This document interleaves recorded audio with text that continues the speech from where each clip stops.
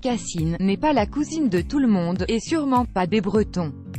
Ces derniers, plus énervés que jamais, espèrent bien boycotter le film. Le long-métrage n'est même pas encore sorti qu'il crée déjà la polémique.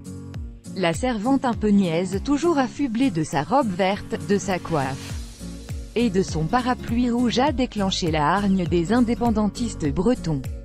En cause, l'image qu'elle renvoie de la femme bretonne est dégradante, insultante et méprisante.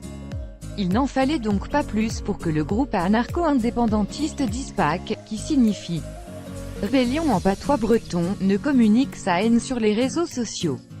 Ce personnage, qui date de 1905, a été inventé dans les journaux de la bourgeoisie parisienne, qui aime se moquer des individus qu'elle exploite et opprime à longueur de journée.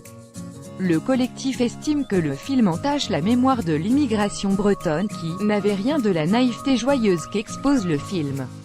En plus du mensonge historique, c'est une insulte à la mémoire de notre peuple, une insulte à toutes les femmes de Bretagne et à toutes les femmes qui connaissent ou ont connu l'immigration. Dans un récent communiqué, le collectif a appelé à 2 rassemblements le 1er et 5 juin devant les cinémas où doivent se dérouler l'avant-première de Bécassine.